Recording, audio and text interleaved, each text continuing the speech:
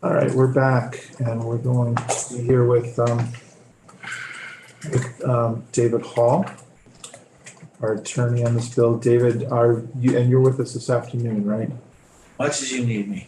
Okay, we're going to, I believe we left off yesterday while we were still talking about VHIP. We may have finished. I'm not sure if we finished VHIP or not. But just, I think the first thing for us to do is to just finish up what was in the bill as passed the Senate, which again is VHIP, and then, which is on page 40, something, 44 or so, 43. And then that pretty much takes us to, there's another, well, it almost takes us to the end. So, but then the other thing I want to do is then switch to the bill as passed the Senate, as passed the committee, and spend some time doing that. But I just also, if our work leads this direction, especially after the floor, it is our hope to be able to vote on this afternoon if possible. Mhm. And I know that there's process time, constraints that are gonna go along with that. And so, I just wanna state that out loud and just know that if this committee has any chits to play in the positive chits to play in the, proofreading and editing departments, then, we would like to cash them in.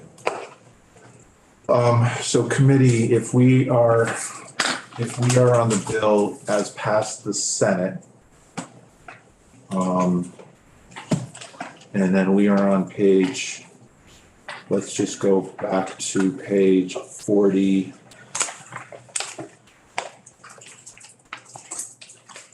The bottom of page 40, section 40.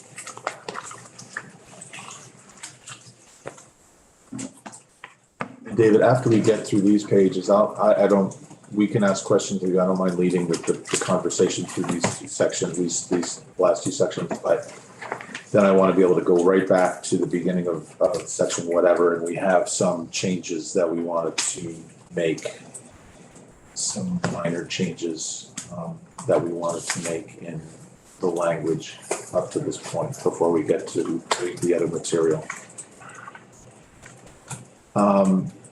So committee, on page 40, section 40, lines 13 through 20, I believe, again, in conversation, we discussed that maybe perhaps at numbers 19 and 20, we wanted to add the word including accessibility and weatherization. Accessibility could already be included if it were brought up as a decision that the department would make. This goes back to what we talked about with the rental housing registry when we have a phrase, including weatherization. It acts as more of a suggestion rather than a stipulation. But if we add accessibility to it, the theory is that, again, landlords who are interested in accessibility will see that it's an option, or it's a noted provision that they can apply for.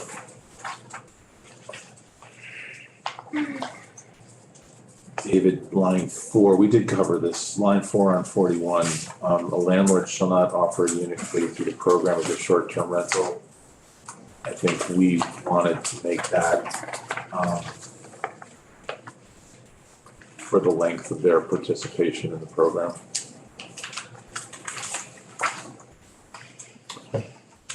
Committee on page 9. I'm sorry, not on page 9, on line 9. The change exists, the unit is an existing unit whether or not occupied, which is new language. And then if the unit is occupied, the grant or forgivable loan shall include terms and conditions to avoid displacement. And those are rules that would be set either by the department or by the nonprofit housing agencies that are running that program. Lines 17, 18, and 19 are new language. Sorry, can I go back to line 9? Yes. I think Representative Parsons brought up, it's an occupied unit. Does that negate the requirement on renting to somebody on the qualifications of who you rent to? Would they have to change if they were renting at a market rate, let's just say, right, Joe? Joe, do you want to try to remember, can you remember to explain that? Yeah, my base question was, initially with the tenants you had to take in either would be, number one, somebody exiting homelessness or somebody brought to you by an organization. But if you have a tenant already, now that you can do it with a occupied unit, the goal is to keep your tenant there. If you're using this, do you now have to follow those requirements? And would you have to, if just arbitrary numbers say you're charging $1,200 a month and there's never been a problem, and after the renovations, do you now have to charge the $900 a month now, or whatever it is? I mean, the way David Hall, Legislative Council, I think it's a great question. The way that it's currently written, I don't see any means for escaping the requirements of who would be the, eligible occupant and what the rent would be. I think they would have to comply with those. But that would be, Tenant out. that could be kicking the person out. Could be. That's how it's reading right now. I don't see there's no exception in the rules governing eligibility to provide for Monday. Committee, is that the intent of what we want to do with that clause? I'd hope not. Yeah.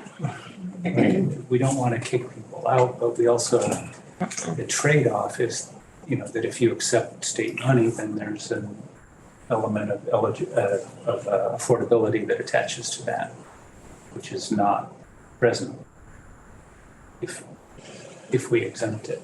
I mean, the intent here on line 13, terms and conditions shall include, the loan shall include terms and conditions to avoid displacement of the current residents. So it's clear that the intent from the Senate was to not displace the current tenants, current residents. But this would, what you're saying is that the loophole, the lack of loopholes here, or the lack of exemptions here is saying that they would have to, I think that's, this is a catch-22, or this is a situation which the result is not what the intent is. I mean, it could depend on the factual situation, right? I mean, you could have a landlord with a non-code compliant unit that is, even though it doesn't comply with the code, it's still occupied. They come to get money to bring it into compliance. If they get a forgivable loan, the requirement is that it be, they wouldn't be eligible to preserve that tenancy for a grant because in all likelihood, because that household will not be exiting homelessness. It's theoretically possible they could be working on resettlement, but I don't think that would work either. So that tells me they would push them into a loan product. And then after the renovations, under those terms, the rent would have to be fair market rent. That's the way that I would read this. So if you want it to be something different, I think you definitely need to say so.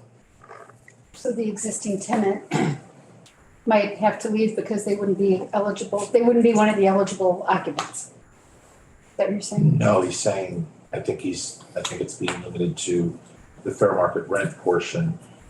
So under Joe's scenario, if the fair market rent, if the apartment was originally occupied, non-code compliant, and was $1,200 a month rent, if somebody's rent was $1,200, and the landlord wanted to use this program to repair and bring the apartment on, they couldn't charge more, the grant wouldn't be available to them because this is a group of people who are not coming out of homelessness. Yeah. But, so if they have a 10-year forgivable loan, they would still have to charge no more than market rent. And if the market rent is $1,100 or $1,000, that's what they would be required, even though they were previously charging Yep. $1,200. Did I kind of corkscrew that? Theoretically, that could happen, Yes. Okay. you know, Representative Lamont. So if the landlord displaces the family and they become homeless, would they not then qualify as a family exiting homelessness? What is the extent of time that the family has to be experiencing homelessness? It's really confusing to me because I know that that's a thing that happens is when people purchase buildings and evict people and they become displaced and then they renovate buildings.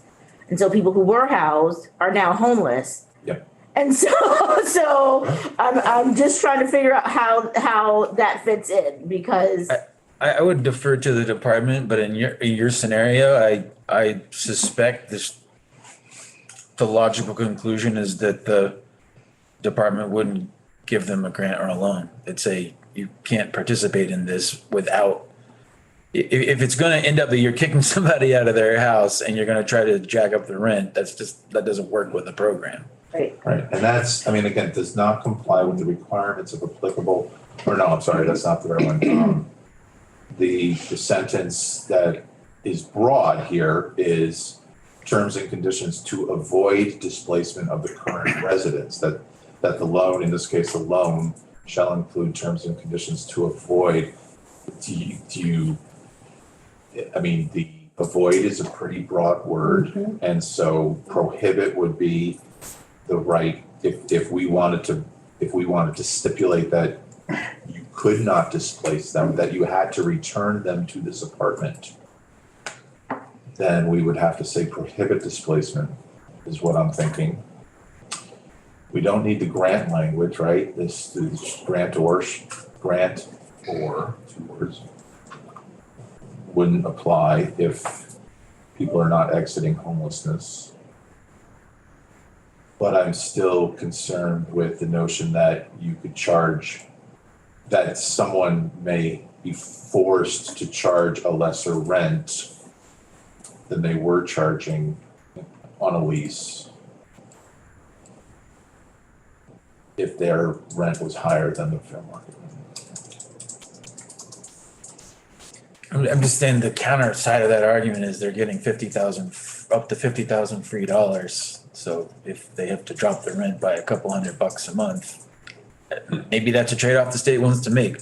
That's not obviously my personal position. I don't care either way. I'm just saying that's the counterpoint to. Well, but it's a Argument. loan, it's a forgivable loan over 10 years. Right. I mean, I'm just thinking, they can't, because they automatically can't raise the rent. But if there's a if there's a previous rent that's higher, then you can still apply the rental caps if necessary.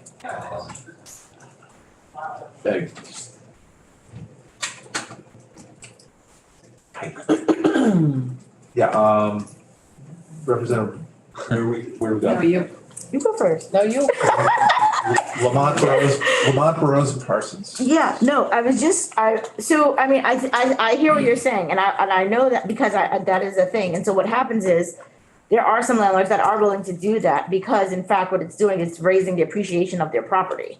And so in the long term, they are actually gaining because their property is now valued at a higher level because it's intact and improved. You're reducing on energy efficiency with renovations and all these other things. So your heat costs and everything else is lower at this point.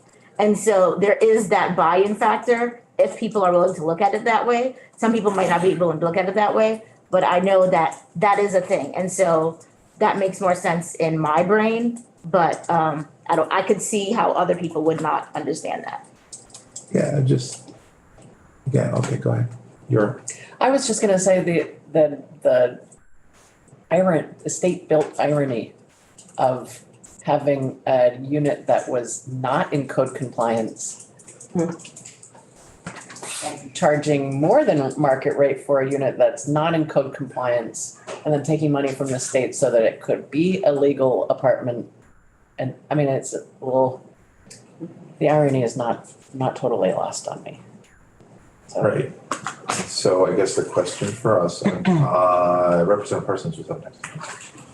Yeah, I would just say that I'm not sure what the right solution to that would be. For me, I think it's really coming up the works in my head that we're significantly changing the intent of this program. And when, in doing so, we're giving ourselves this issue where it's kind of like, well, how on earth do you actually deal with that in a fair way to the people who are bringing new units online as opposed to the people who are just improving their unit? Because some of those code compliant things are in a wall and nobody knows about. It's not that it's a bad unit and it's, visibly there's code compliant stuff. Some of it is just in a wall and nobody has any idea until you have to fix a leaky sink. Like, oh crap. Oh yeah, there's this program. So I get the intent of it, but it is a far jump from what this program was intended to do. So I would be fine with just striking the whole thing off of including occupied units. So striking the language in capital letter A, the new language, Yeah, I just not. and then capital letter B, let's just stop there, because then we have another series of things to discuss. Mm, So let's just put that on the table. That's just me. No, I think that there's a clear, it's a pretzel logic, right? It's all twisted right now. I don't know that we can, and I personally agree, just me speaking. The original program was to bring in, lines, things that were unoccupied and out of code. I don't mind expanding it, but I don't want to expand it in a way that either creates access to the funds in ways that we never intended it to be. So Representative Burrows and James.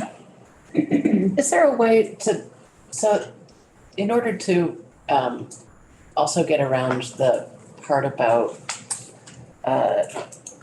providing funding for adding accessibility to a unit, is there a way to, because I know that there are several organizations that help with that to a certain, I think just entryways actually, building accessibility, right? Is there a way to expand that program instead of expanding it? You know what I mean? Because I don't want to cut that part out, because that we've heard many times that that's the housing that's needed. I think what we heard about, shared data providers is, never mind any organizations that support them, that they're not in a landlord-tenant occupation. Landlord-tenant relationship. And so we would have to, if we were to do that, we would have to acknowledge that. And this is a land, as was pointed out through the walkthrough before, this is a landlord-tenant bill. So the question is, how far do we want to go with it? I mean, I think there's a real desire to make funds available in this way. Well, I was thinking about Representative Lamont's living situation at the moment, and where she stays in a unit in Montpelier where the landlord has offered to add accessibility components to the unit so that Representative Lamont can live there more easily. So where could she get funding? She could, if she got it through this, it would be one thing, but if she got it through at one of the regional organizations, like in our area at Sevka, Could be Capstone here, or Vermont could Center. be for Capstone. I mean, we Independent. could, it could still be There's grants that way. there's funding available, and so that situation, I was thinking more specifically of and so that, and I wanna just add, I just processed what everyone was saying. And so is there a way to just add, because if we strike A, does that then exclude existing units? Or only occupied existing units? So then would we only be able to create new units?